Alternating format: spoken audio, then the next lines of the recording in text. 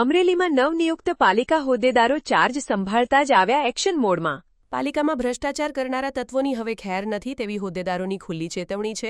Fire NOC, બાંધકામ રજા ચિઠ્ઠી કે નિયમબદ્ધ કરવાની કામગીરીમાં લાંચ નહીં ચલાવાય। કોઈપણ કર્મચારી કે એજન્ટ રૂપિયા માગે તો સીધો હોદ્દેદારોનો સંપર્ક કરવા જનતાને અપીલ છે।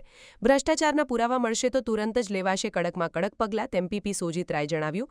સાંસદ અને ઉર્જા મંત્રીના માર્ગદર્શન હેઠળ અમરેલીને સુંદર સમૃદ્ધ બનાવાશે તેમ પ્રમુખ વૈશાલીબેને જણાવ્યું।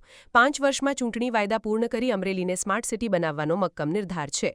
અમરેલી નગરપાલિકામાં બિનહરીફ તરીકે પ્રમુખ તરીકે ચૂંટાયેલ વૈશાલીબેન માંગરોળિયા અને ઉપપ્રમુખ તરીકે વિરલભાઈ પોપટ, કારોબારી ચેરમેન મૌલિકભાઈ ઉપાધ્યાય અને આ સમગ્ર ટીમ દ્વારા અમે આગામી 5 વર્ષમાં જે કંઈ ચૂંટણી ઢંઢેરામાં અમે જાહેરાત કરી છે કે તમે તમામ કામો પૂર્ણ કરશું અને અમરેલીને એક સ્માર્ટ સિટી તરફ આગળ લઈ જશું એની ચોક્કસ ખાતરી આપીએ છીએ। સાથે સાથે અમરેલી નગરપાલિકામાં એક પ્રમાણિકપણે શ્રેષ્ઠ વહીવટ કરવાનો પ્રયત્ન કરશું અને ખાસ કરીને અમરેલી આપના માધ્યમથી અમરેલી શહેરની જનતાને જણાવવાનું કે અમરેલી નગરપાલિકામાં ફાયરની એનઓસી લેવામાં કે નગરપાલિકાની રજા ચિઠ્ઠી લેવામાં કે તમારું બાંધકામ નિયમબદ્ધ કરવામાં કોઈ પણ જગ્યાએ નગરપાલિકાના કર્મચારી પૈસા માગે કે એના એજન્ટો પૈસા માગે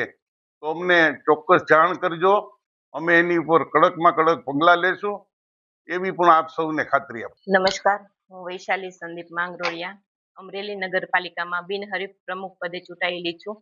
હું આગામી 5 વર્ષમાં સાંસદ શ્રી ભરતભાઈ સુતરિયા તથા આપણા લોકલાડીલા ધારાસભ્ય તથા ઉર્જા મંત્રી શ્રી કૌશિકભાઈ વેકરિયા તથા આપણા અમરેલીના સ્વપ્ન દ્રષ્ટા એવા શ્રી પીપી સાહેબના માર્ગદર્શન હેઠળ અમરેલીને સુંદર અને સમૃદ્ધ બનાવીશ એવી હું આપ સૌને ખાતરી આપું છું। સમાચારની અવનવી અપડેટ જોતા રહો નિખરતા ગુજરાત ન્યૂઝ સાથે। નિખરતા ગુજરાત ન્યૂઝને લાઇક, શેર, સબસ્ક્રાઇબ કરો અને બેલ આઇકન દબાવીને સમાચારની ઝડપી માહિતી મેળવો।